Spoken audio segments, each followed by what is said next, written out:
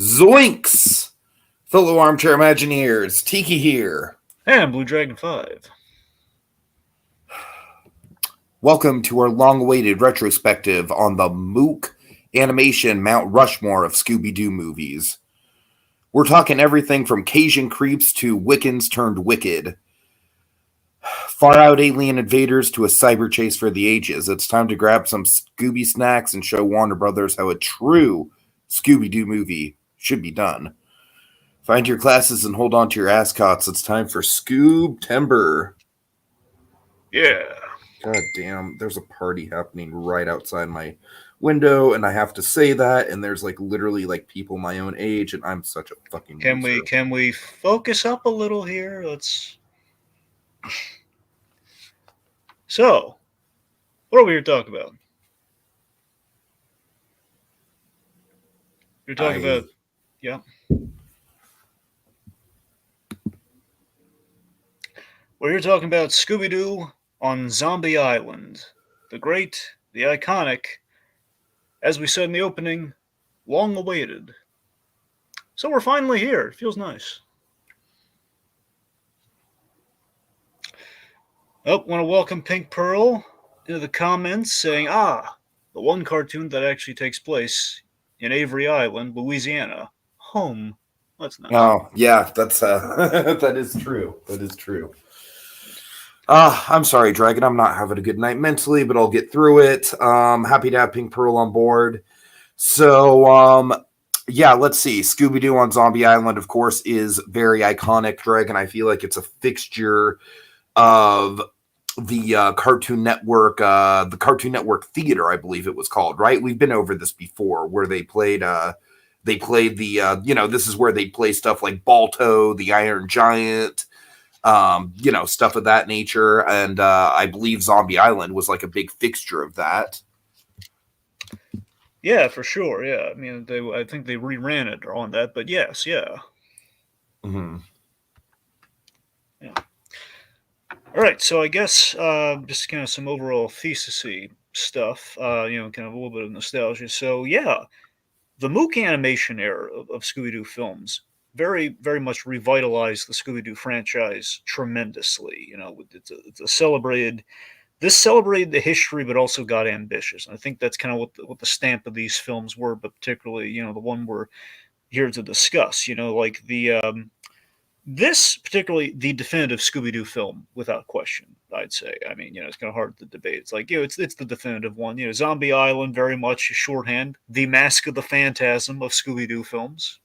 Yeah, of course, brilliant marketing with, this time the monsters are real. I mean, how can that not be a big selling point? I mean, of course, we've had real monsters since the 13 Ghosts of Scooby-Doo, but nothing this ambitious, though. Yeah. Scooby Natural, let me put it this way. Scooby Natural was an awesome what if. Zombie Island actually did it, and they got away with it. That in itself is impressive. I mean, nostalgically, here's the thing. It probably was Tiki. It's kind of hard for me to reach back on this because I'm pretty sure I had the VHS tape, but I do very distinctly remember that cartoon theater thing as well. I do remember that. Yeah, I mean, look, I had the VHS too. What I remember specifically from the cartoon theater is I remember they really, really hyped up the fact that this thing was, I don't know if it was a day and date premiere with the VHS, but they were really hyping up, the fact that it was going to be released on cartoon theater. And that's where I saw all the, now the monsters are real trailers. That's where that came from for me. Yeah, man, that's the thing, Tig. It's so eerie because I very clearly remember the VHS tapes for the other three. This is the one I assume it was also on VHS, but I do remember the cartoon theater thing. Mm-hmm. So yeah, it's heady as all get out. I mean, for me, Scooby Doo was around this time for me. Leading up to this, you had the reruns on TV, which basically landed on Cartoon Network in the first place. You got Pup Named Scooby Doo. You got the new Scooby Doo movies, which made this a heck of a viewing experience. I was kind of going into this. Mm-hmm. Yeah.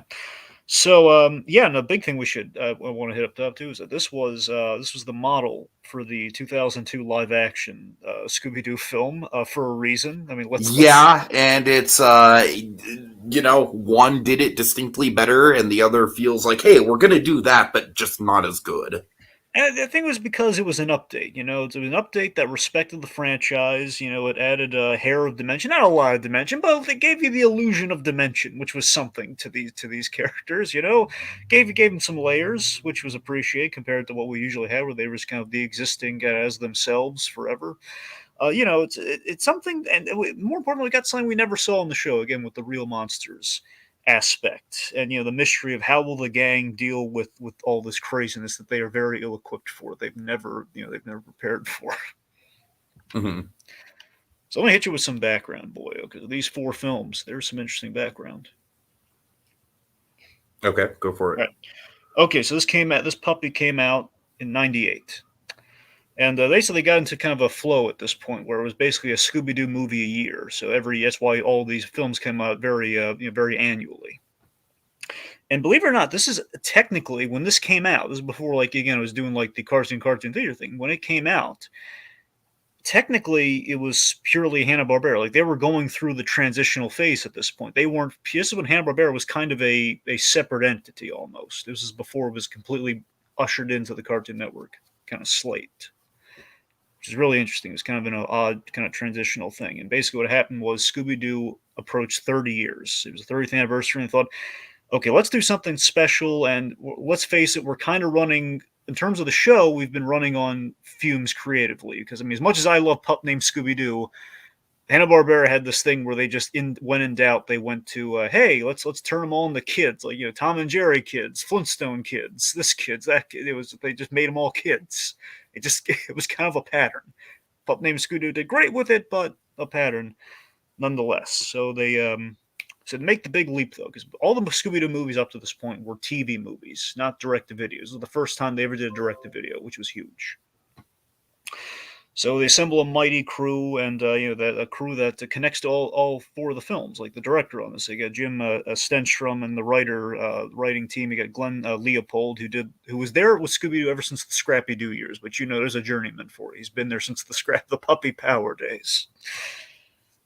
Mm-hmm. And we got our producer. We got David. The producer had a kind of a co-writing thing. Anyway, so the big challenge they had is, okay, how can Hanna-Barbera evolve with the times, going back to the well like this, and can they spice up, the landmark property that is Scooby-Doo? Which, of course, okay, what are we going to do? Well, let's update the models. Let's do something we've never done before. Zombies. We've rarely ever done zombies in Scooby-Doo. Let's do it. Let's throw them in there. And then, of course, the big tete-a-tete, supernatural twist. The director pitched that in the room. It's like, well, why don't we actually have the monsters be real for a change? And he's like, well, no, that's never been, Glenn Leopold's like, that's never been done before. We can't do that. But, that's like 22 minutes. This is like an hour and change. We can't just have people sit there knowing what's going to happen for like an hour and change. It's not good. 22 minutes is all we can spare with that. Yeah.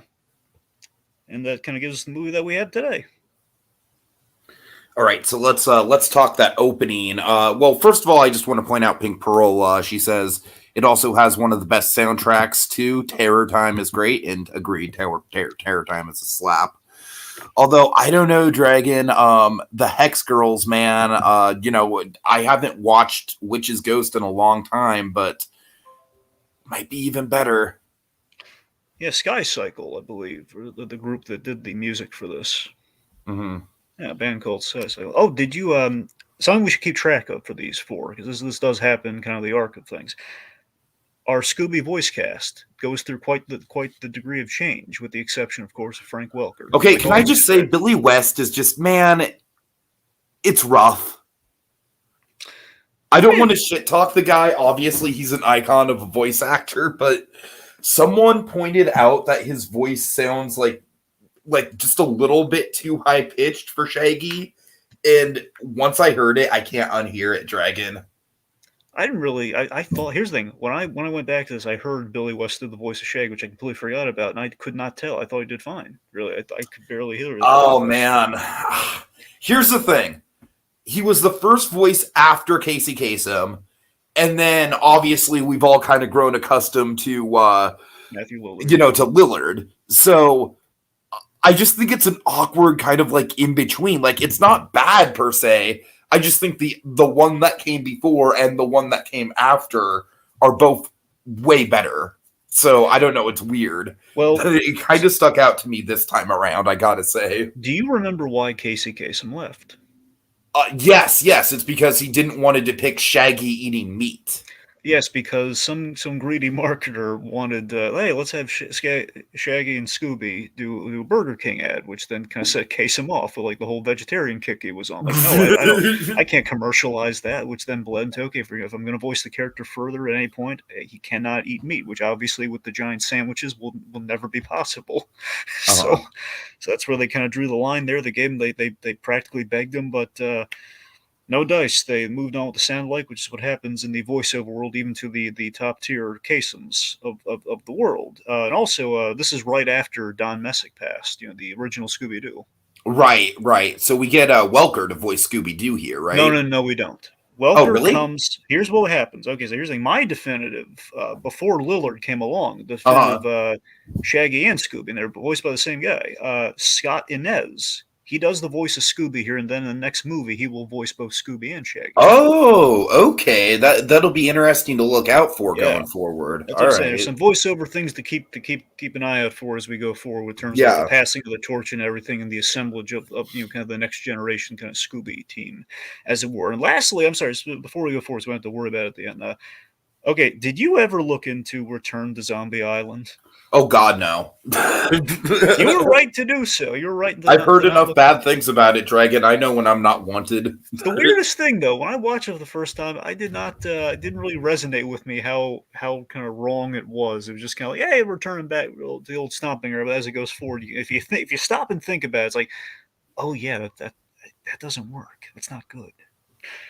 You can dangle the keys that are John Michael Higgins all you want. That's not going to save you. Mm-hmm. All right. So I guess where do you want to start? Well, I mean, obviously the opening is just like it's pretty much just the live action Scooby Doo opening, but better. And again, obviously, it came before, which is additionally why it's a little better, too. It kind of sets the stage for things being a little bit darker, a little bit creepier. I love how they build up the monster. We only see his hands at first. That's good touch. And again, Mook Animation. Again, they only did the 4 Scooby-Doo movies that we are talking about, hence our little opening. And just to specify for the folks out there, Mook Animation, they do top-notch work. They really do. And that's what I'm saying. We have kind of Mask the Phantasm levels of animation applied to Scooby-Doo, which is, of course, coming from one of the infamous studios. We recycle the backgrounds all the time. This is okay, we're pulling out all the stops to show you how serious we're taking this. That's the thing. We do the status quo, but we apply top-notch animation to it, and it's it's good. Again, it's a good way to acclimate and also celebrate the property. So at the top. All right, so then I love our clever transition. The transitions at the top are really great. We go from that to Daphne, the news hound. Daphne's now. The one thing here is I feel like the exposition is a little heavy-handed, where it's like, and that's how you, Daphne Blake, got the hit talk show Coast to Coast with Daphne Blake. The thing, you're right, though. It is an exposition dump, but you got to admit, though, the flow between that scene to this scene to Shaggy watching, that's a great kind of all connecting the same scene. That's rather impressive. And also, they get points where points are due here. Daphne, traditionally the hardest character to crack in the Scooby Gang. You always have to give her something to do beyond being the damsel in distress of the eye candy. So usually we kind of give her like pup named Scooby Doo. We gave, I think it's the most dimension we gave her up to that point. We're okay. She's a rich girl. She's got Jenkins the butler. It's about as far as we get. Then we kind of find something per movie nowadays. But this was clever in that we made her the nexus. We made her the divining rod that connects all the gang together. She's the inciting incident. She's the mouthpiece of why the Scooby Gang disbanded, which is infinitely better than the live action film handle. I don't want to be part of the gang anymore. We're breaking up like a band. There's no tiff. They just got bored. And it's just this great meta call out on reruns and the cartoon formulas. We're kind of bored. It's been done for 30 years. We want to do something else.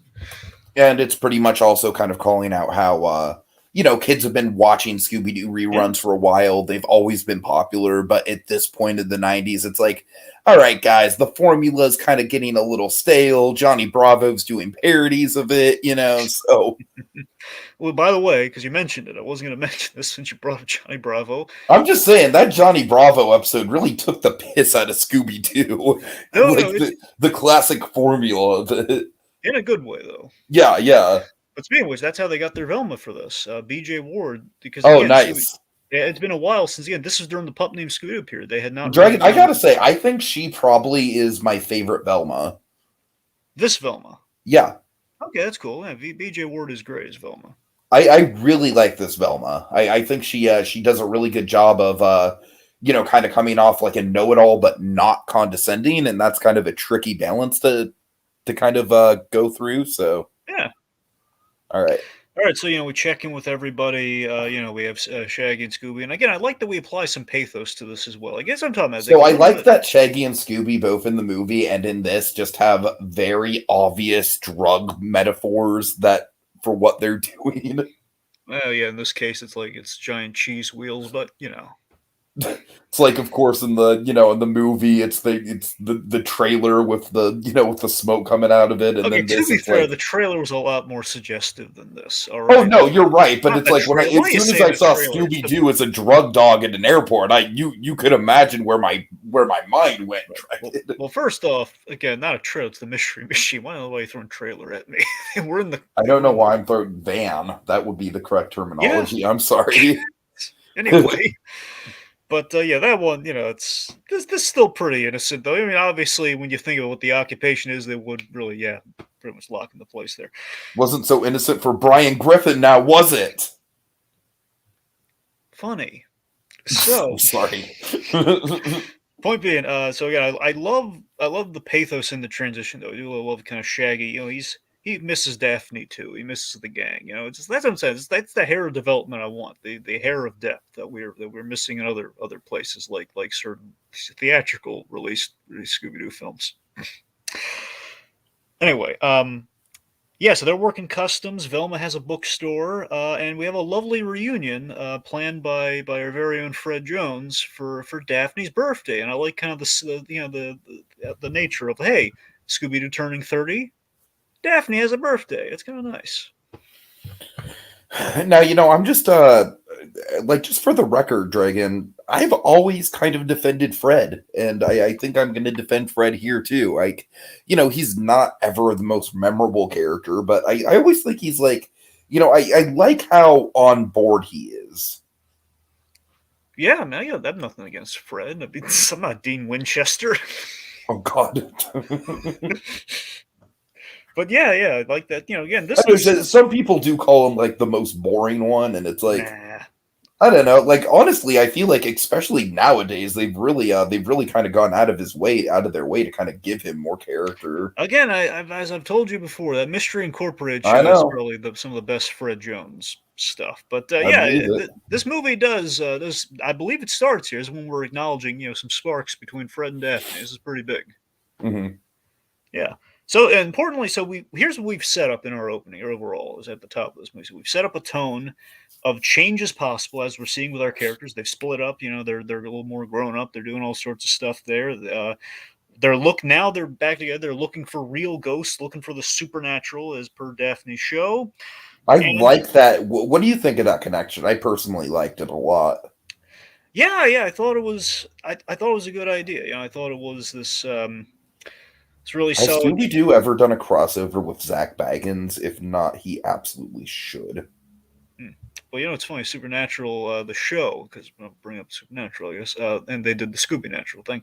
They've tackled the parodies of those Ghost Hunter shows. And it's been hilarious because it's there's a whole running gag where they run into this group. And they keep running Zach Baggins. Yeah, so they run into probably parodies of that kind of gag. Yeah. So. Anyway, the point being, so we've done all this. We've established all this to open up things to be dangerous later. Of like, we're throwing you off in that false sense of security of like, hey, here's a montage of them unmasking, the haunts of Louisiana. We have the giant crawdad, guy in a suit, that was my favorite of the bunch in that montage. We got some Sky Cycle music going with the ghost is here, all nice, and like the ghost is fake. It's like being thrown at you, and obviously will be completely, the rug will be completely taken out from under us once we reach Moonscar Island. Speaking of which, So yeah, we get the Louisiana setting, which I think is just absolutely freaking great, wonderful, awesome. I mean, Moonscar Island in itself, lived-in, creepy haunt.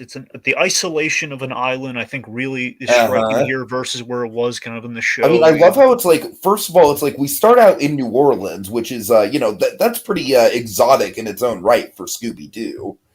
And then we go from New Orleans into the bios, into the island. So it's like, you know what I mean? It's like, it really feels like we take a journey to the island, even though we get there in like maybe about 10 minutes of screen time. And again, I think the big benefit of doing the movie is, we really get to explore the setting versus just the usual, like, okay, in the show, we go either a mansion or a carnival or a museum of some variety. It's always like the stationary location, but not the landscape. Like, we are very deeply in Louisiana.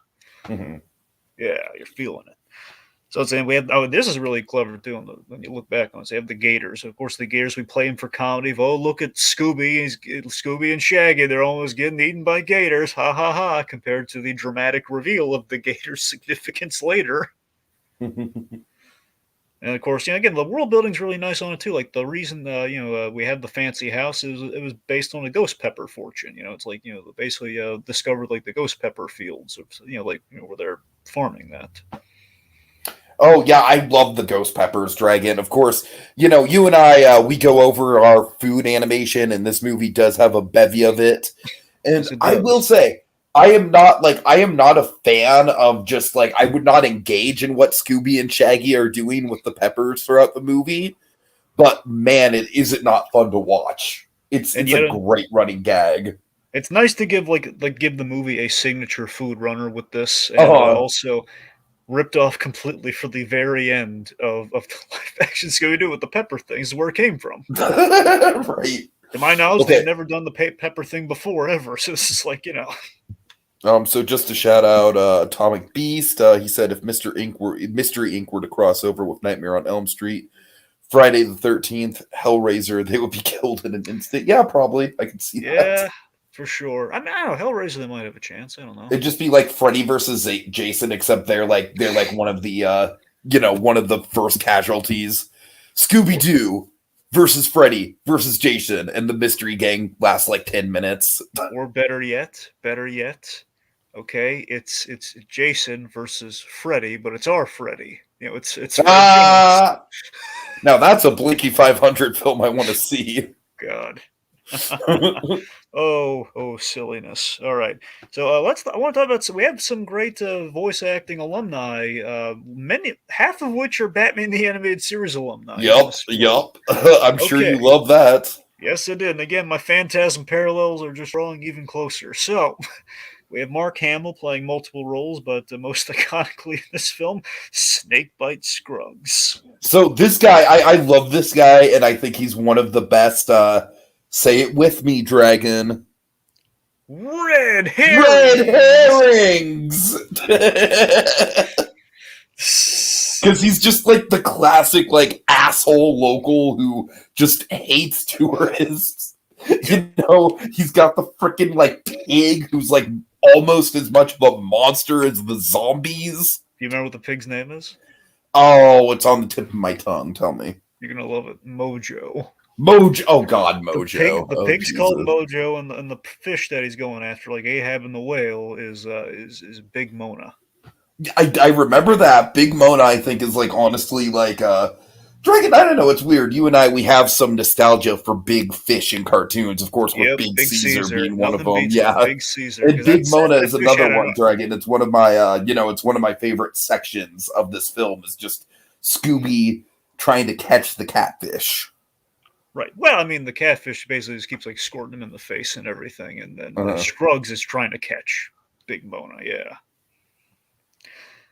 Let's see. Of course, the lovely Adrienne Barbeau. She plays Simone Lenoir, who, of course, becomes a literal Catwoman, as she also became once a Batman the Animated Series. Of course, Tara Strong, Batgirl herself, Lena Dupree, and the wonderful. These guys are kind of the non-Batman alumni, but he was in there once. So Jim Cummings, Jacques, and what's really special about this role for him.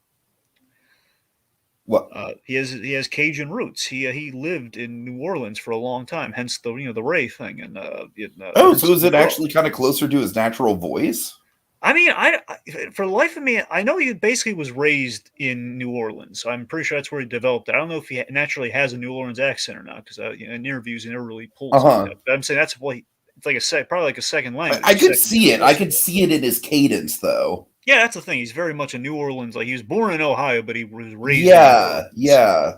And Jacques added a lot. I like how he sets up the lore at the top. I heard that they do some really bad things with Jacques in Return to Zombie Island. Yeah, I don't know if you want me to bore you with the details. I mean, I don't know the details, but yeah, if they are boring, then I'd rather be spared. Yeah, it's not that. Yeah, it's really boring. I won't tell you. The point being, but what's not boring though is that Jacques he sets up the lore and the whole 1700s flashback we're gonna get later, where he sets up the whole as like a pirate. So I think this movie is like one of the best examples, like this side of like the Hey Arnold urban legend episodes of just setting the tone of urban mythology and like really getting you invested in the mystery.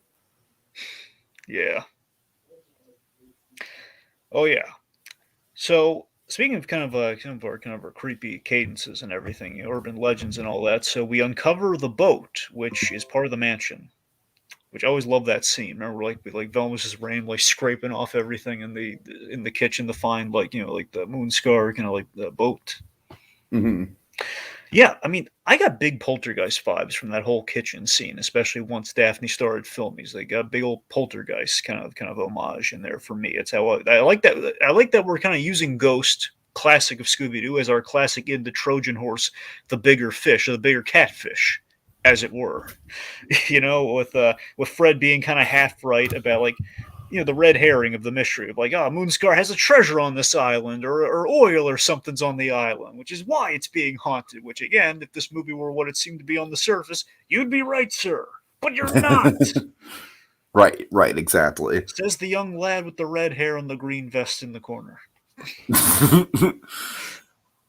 All right, so what do we think of Handsome Gardener? Yes, Bo. His name's not Bo Dragon. His name is Handsome Gardener. Oh, come on. So Bo, voiced by the wonderful Cam Clark. Cam Clark, by the way, a deflator mouse from The Tick, amongst other things, Ninja Turtles and such.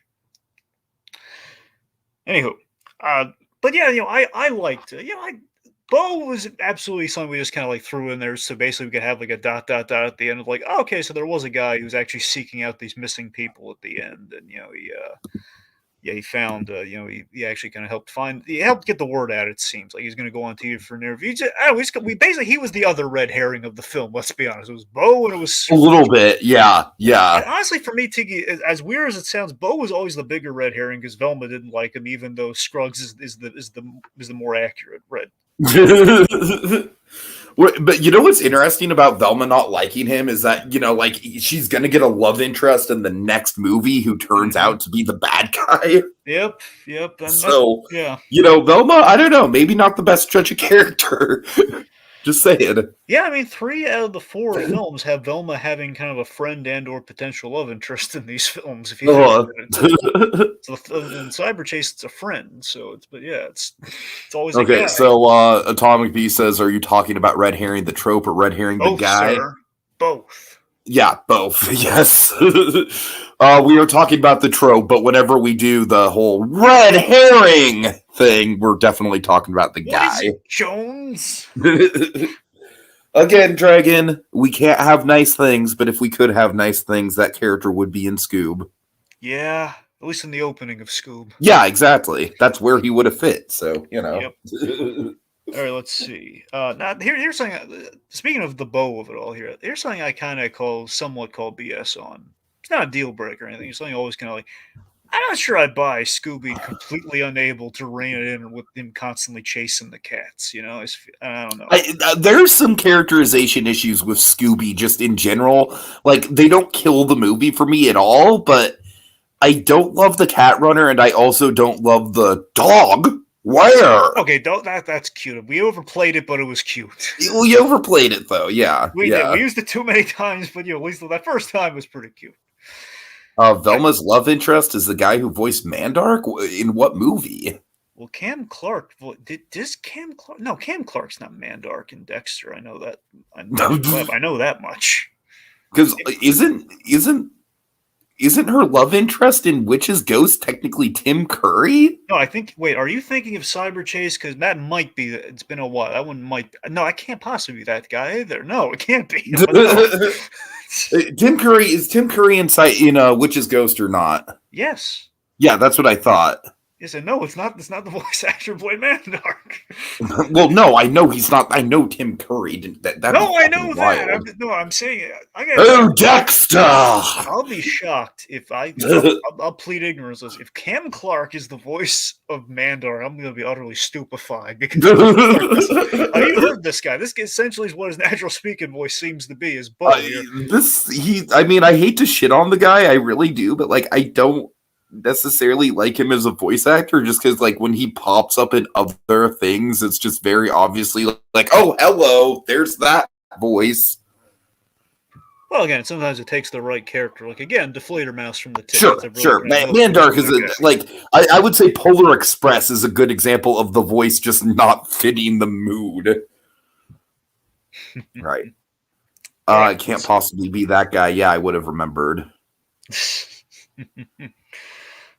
All right, let's see. What was I going to say? Oh yeah, well, of course, with the whole cat chasing runner. I mean, at least he didn't murder a cat like he did in the 2002 film. At least we didn't go that far with it. God. You remember how disturbing that was? Like on the phone, no, Grandma, don't eat the cats. Like, really? Are we going to suggest that our beloved mascot has murdered a cat? Yeah, everything about that airport scene is honestly pretty cursed. Yeah. Anyway, on to better things. We have Super Billy. Speaking of better things. Yeah. He says, hello, fellas. Love this film. Big part of my childhood.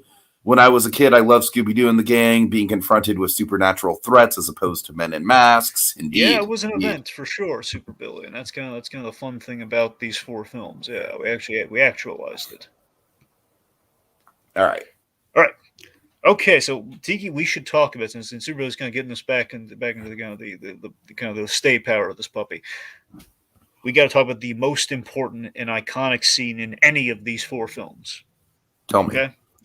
Fred unmasking the zombie. Oh man! The big supernatural twist, the big discovery moment. Tiki, this is possibly the most important Scooby-Doo scene ever. Possibly. I mean, I love how it's played, Dragon. It's played so realistically. You want to know what my favorite detail is? What is your favorite detail? My favorite detail, and it's a detail that just makes things just a little bit more realistic and immersive, is the fact that Shaggy can't hold the camera straight.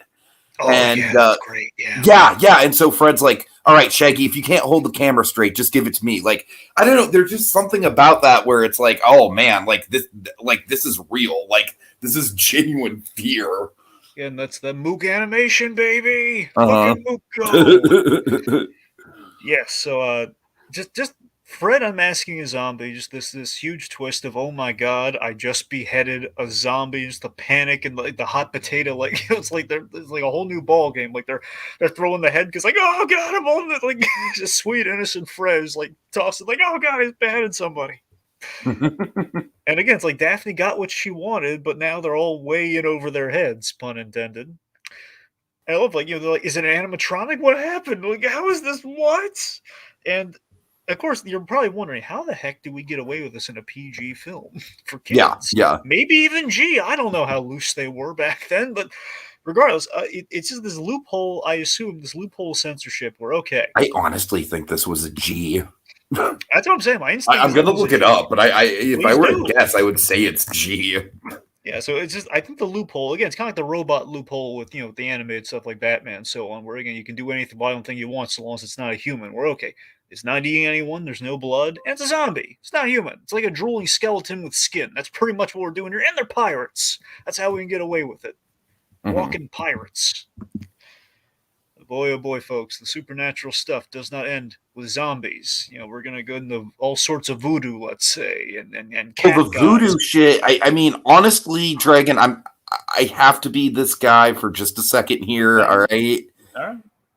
Like culturally, the voodoo stuff maybe doesn't hold up great. I mean, let me go as far as to say this. I'm sorry. I just have to point it out. The voodoo. I don't want to ruin the fun. Well, look, the voodoo as presented here, it's not really talking about like the long practice of. It's not really disparaging like the long practice, which is literally okay. It's voodoo. It's a device. Yeah. This was kind of my intro. I want to say this is my introduction to what the voodoo doll was. I think.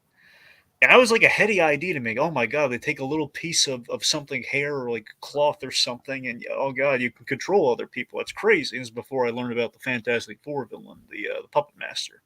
Before he did all sorts of stuff like that. And I think one of the creepiest moments with the voodoo dolls was when they're by the fire, they begin to melt, and so the people begin to melt, which was heady as all get out, right? And yeah. Yeah, we do all sorts of kind of scary, edge of your seat stuff. Like Scooby and Shaggy almost have the life sucked from them here. They almost become zombies. That's we can't do that to Scooby Doo. Okay, so going through a couple comments here. Sure.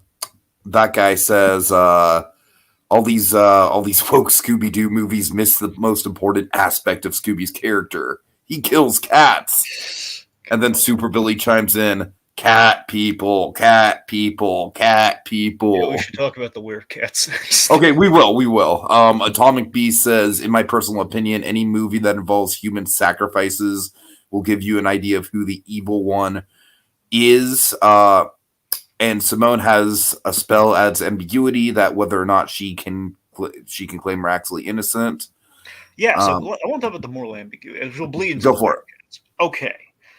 So the Moonscar Island origin, I felt was ultimately the boldest. Hold on, wait, really quick. I need to answer this question from that guy because there's a very easy answer. That guy, no, this is not the first time Scooby's done supernatural stuff. I believe that would be the 13 Ghosts of Scooby Doo back in, I think, the 70s or 80s, somewhere in there. Yeah, well, also, I mean, I can't tell you if that came first, but we also had stuff like,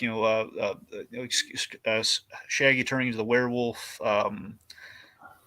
We had that. We had the Boo Brothers. The Boo Brothers, yeah. The Ghoul Schools. Like all the TV stuff. I'm pretty sure this is the first time that supernatural stuff has been taken as like a genuine like horror movie threat, because all the other times it's gone supernatural, it's still relatively kept pretty light. So I mean, for example, I don't want to say canon like with underlined or anything. But let's just say like those are like it's never Scooby and the gang that have dealt with supernatural. It's always been like, right. That's a good point. We're doing like an Abbott and Costello movie with so it's Ghoul Schools. We have Scrappy, Scooby, and Shaggy. They're basically camp counselors at like a school of the monster's daughters.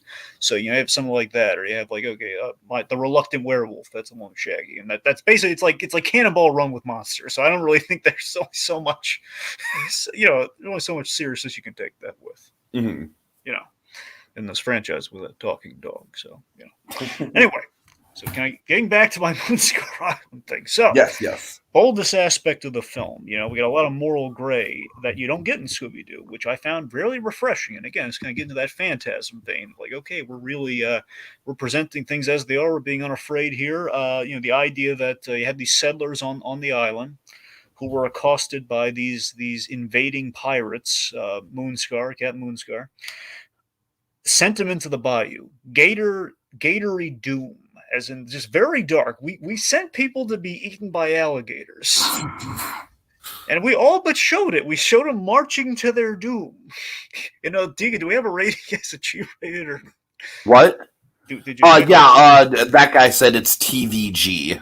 See, a TVG rated thing leading people to their which honestly, technically, Dragon, I think that's I could be wrong about this, but I think technically that's a higher rating than a TVY or Y7. Sure. Because TVYY7 is like, that's like primarily for children, whereas TVG is more family, if that makes sense. Like, yeah, I get that tracks, yeah. All right. Anyways. All right, let's see. So, anyways, of course, so then we have this, we have the earned buy, I feel, of the film, which is okay. We're throwing cat gods into the mix, which is a buy, but given the horror that You know what? Ever since childhood, Dragon, I've loved it. I think it's such a balls to the walls twist that they really commit to, and I think it just makes this movie super memorable. Like, this movie is already super memorable just for the atmosphere and the mystery and everything. But then, bam, they pull out cat people right at the end. And not just cat people, but it's like an M. Night Shyamalan twist where it's like, like one of the people that we thought was a good guy was actually a bad guy the whole time. And, oh, God, Dragon, it's such a good mystery. I really love it. Every time I watch this movie, I genuinely think it holds up just because it's like, I want to go along with Lena, I genuinely do. Like, at the start of the movie, she's such a charmer, and the mansion is just such a nice place to be. It's like I get sucked in every fucking time. Like, it's so well done. But also, I mean, real quick before we circle back to the lore. I mean, the atmosphere is just really. Tell me you didn't feel that scene where Shaggy and Scooby are in the mystery machine and they're eating their crawdads and their hot peppers, and then the cats. Oh, that is one of my favorite scenes in the film. Yeah, and it doesn't feel like disquieting. Like, it feels cozy initially, but then all the cats. Initially, it feels super cozy, but then it quickly turns into like that paranoid, like you're out in the middle of the woods and you hear something right outside your tent kind of feeling. And tell me if in your mind you're not screaming at it like, no, don't drive away from the house with the witnesses in there. Don't drive away. No. Yeah, this is what I thought. So Super Billy confirms this. Order of television ratings, it would be TVY, TVY7, TVG, TVPG, so on and so forth. So yeah, technically, I don't know. That's a weird, but I think the Y thing is, like I said, just that is like children's programming, whereas G is, all ages programming, if that makes sense. Sure. Now, so you're getting back to like the werecat of it all. So the cat god worship thing is that that guy says every movie needs a cat people twist. God. So that's the thing. So you think zombies and cat gods are just cat people. You don't and pirates. And pirates. I mean, that's pirates. That's more of like an unreported thing. Okay, so pirates that are specifically zombie pirates. You're thinking zombies.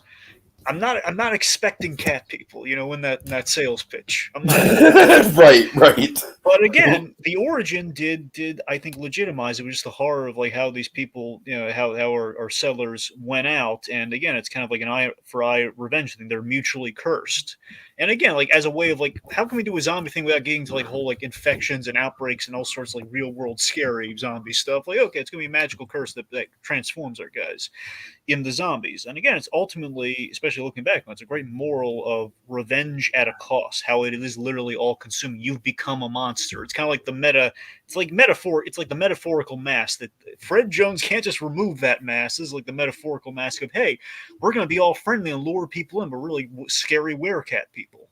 Mm-hmm. Yeah. And again, just how the ball of revenge just kind of kept growing. Like, hey, we were in the right, but over the years, we have now trapped tourists and visitors to visit our little island, and we're going to ritually suck the youth from them and turn them into zombified touristy victims. Not very nice, Simone. Not very nice. Atomic Beast says Simone and Lena's transformation into cats was the scariest scene. It was. The transformation effect. I mean, I would say it's like the freakiest scene from a visual level, but I still think the most intense scene is that one we just talked about with the, in the mystery machine at night in the woods. Sure. That's the most suspenseful for me. But still, the transformation effects and also the I mean, don't get me wrong. Like, visually, the transformations, I mean, their Clayface levels of horrifying. Yeah, little TMS, little tip of the hat to TMS from the Mook animation crew. Right. Let's see. Let's see. Oh, so speaking of the zombie twist, okay, so transformation effects, of course, in the werecats, great, especially when they go full werecat, particularly before it's like they got scrunched up faces, which is already it's like kind of like it's like it's the TV PG version almost of a American Werewolf in London, almost like what's the safest version of that we can do? Okay, they're gonna start off as like a half werecat, then full on. The zombie twist, I always equate it less Shyamalan, more like it's the Sid's Toys reveal from Toy Story. Like they were warning you this whole time. They weren't terrorizing you. It's like, no, don't leave the room. Sid's out there, Scud's out there. You know, that sort of thing. Right. Yeah, but obviously when you look back on it years later. I mean, I'm calling the Shyamalan twist just based on like the person that we've been following from the get-go kind of turning out to have some sort of secret. No, that works. Yeah, sure, that's fine. I'm just saying. Otherwise, I'm just saying that the moral gray is like what you catch years later when you look back at this film is that, well, they did kill people, and there were some Confederate soldiers in the midst, and they're just it's a very eternal punishment. But it's like, who is in the right necessarily at this point? Where well, Atomic Beast puts it really well. He says, "Hold on, sure."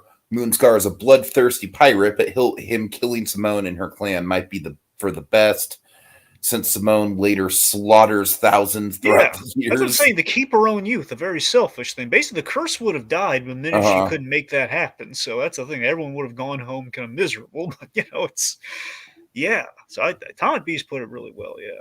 Yeah, I think that pretty much sums up the moral ambiguity. Yeah. Which again, I like that. I like that it's not clear cut. That there's blame on both sides, but a little more blame on the scary cat people. Okay, let's see. I'm trying to think if there's any. So the Scooby Gang ultimately they do what they do best in this film. They stall and distract, and things worked out for the best. We had these creepy dust effects of the zombies and the cat people turn into dust because their little Harvest Moon window ran out. The zombies are at rest, turned into ghost. Yeah. All right. Oh, there's one last thing I got, unless you got anything else. Yeah, go for it. Okay, last thing movie to talk about would be the Abbott and Costello ending, where it's practical. It's practical like an Abbott and Costello ending. Where we have Scooby's doing some slapstick here, where he's grabbing some peppers before they leave, and he ends up the little pratfall back on the ferry. But then they have the cats with those glowing werecat eyes. Bum bum bum. It's like the Invisible Man on the boat at the end of Frankenstein. Right. A little bit, yeah. A little bit. And we're on a boat too, so it kind of fits. But yeah. And of course, Dragon, I'm sure if they actually did do a sequel back in the day, it would be far better than the sequel that we actually got, which, mark my words, people, never on this channel will we talk about that. Really? Sequel. You're that dead set against Never on this channel. Okay. I mean, I'm laying that down now. That's fine. I just want to have, Dragon, unless you want to do it with someone else, but I am never watching that movie. All right, hey, I'm not really compelled to talk about it myself, but it's all right.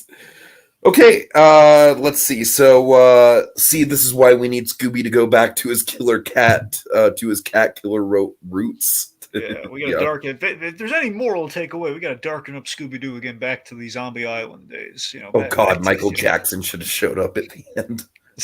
Yeah, with the cat eyes thing. Yeah. All right, I think that's about it. So, big thanks to Pink Pearl, Atomic Beast, that guy, and of course the incomparable Super Billy for joining us tonight.